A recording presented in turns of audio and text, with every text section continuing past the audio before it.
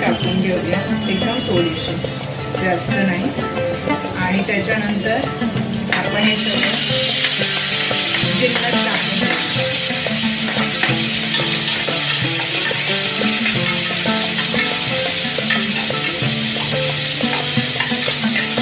आता कांदा आणि टोमॅटो मऊ झाल्यानंतर आपल्याला याच्यामध्ये हिरवं वाटण टाकून घ्यायचं आहे.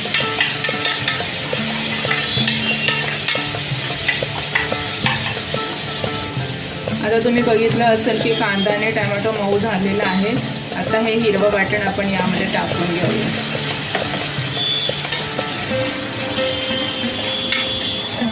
आणि छान परतून घेऊया आता या तेलामध्ये.